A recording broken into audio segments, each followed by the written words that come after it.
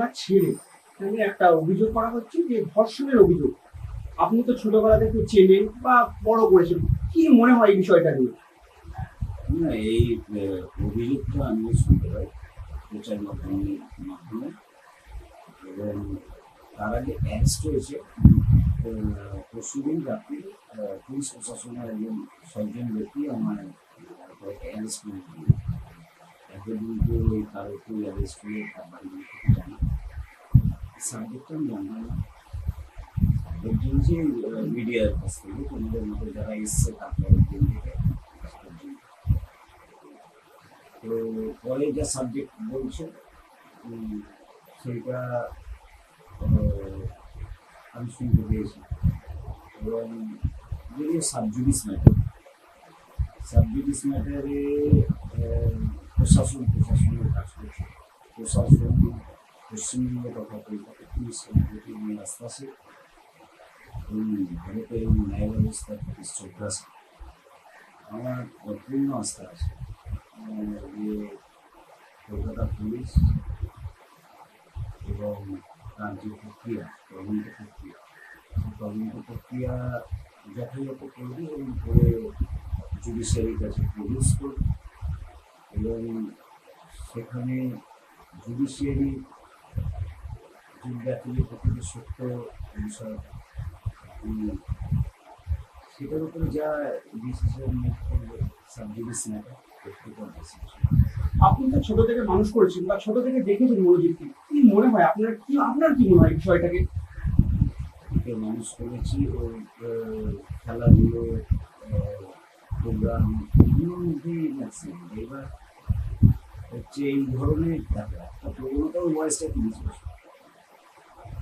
তো তোমারও কেউ বাবা আছে, একটা লিমিটেশন থাকে বাবাদের যে দেখো আমারও বাবা ছিল তখন আমার 57 বছর বয়সে তো আমার বাবা আমার দেখতো আমি যখন নিজে তো একটা স্বাধীন ক্ষেত্রে আর ও একটা নোবেল প্রফেশন ছিল নোবেল প্রফেশন কিংবা সাংবাদিকতা নোবেল প্রফেশন নোবেল প্রফেশনে ছিল প্র্যাকটিস করতো। কলেজে কিছু ছাত্রছাত্রী ওই গাওয়া লোকের আসতো কোনো ওই 5 বছরের কোর্স। তো অটোমেটিকলি কী হয় তুমি যখন কমপ্লিট করবে না তখন তোমার আসিস্ট্যান্টের সাথে যারা আছে তারা তোমার সাথে যুক্ত হয়ে যাবে এবং সেখানে দাঁড়িয়ে তোমার বিভিন্ন কর্মসূচি প্রোগ্রাম হলে আপনারা আপনি আসবেন কার্ড দিয়ে যেতে উত্তরীয় করিয়ে দিতে যেরকম একটা রাজনৈতিক দিক দেখা যাচ্ছে মনোজিতে। বিভিন্ন যে তৃণমূল অর্থাৎ শাসক দলের যে বিভিন্ন নেতৃত্ব আছে তাদের সঙ্গে ছবি দেখা যাচ্ছে, এইটা নিয়েও কিন্তু জোর জল্পনা উঠেছে। এটা নিয়ে আমি হচ্ছে সঠিক জানি না। আমি এত সাংসদও নয়, বিধায়কও নয়, পৌর প্রতিনিধিও নয়, আর খুব নামজাদা মানে কেউ আমি তো সেরকম দেখিনি। একদম এরকম সাধারণ ঘরের ছেলে বলছে প্রভাবশালী যে কথাটা আমি শুনি তুমি তো নিজেই দেখছো, আমাকে বলতে হবে না, তুমি নিজেই দেখছো যে প্রকৃত প্রভাবশালী যে তুমি দেখেছো নিশ্চয়।